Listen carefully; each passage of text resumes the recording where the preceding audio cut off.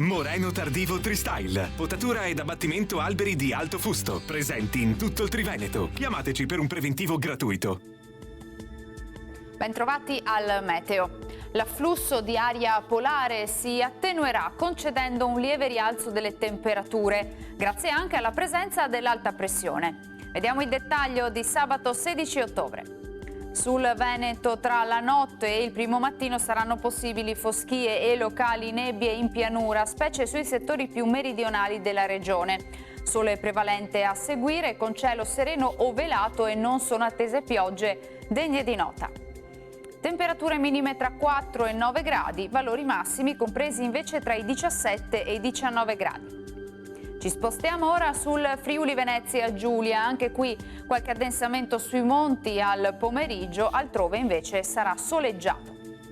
Temperature minime tra 4 e 11 gradi, massime sui 18-19 gradi. Infine ci spostiamo sul Trentino Alto Adige, dove avremo locali riduzioni della visibilità sulle vallate alpine, bel tempo invece altrove. Temperature minime intorno ai 6 gradi, massime sui 19-20 gradi. Dal meteo di Antena 3 per ora è tutto. Grazie per l'attenzione, arrivederci.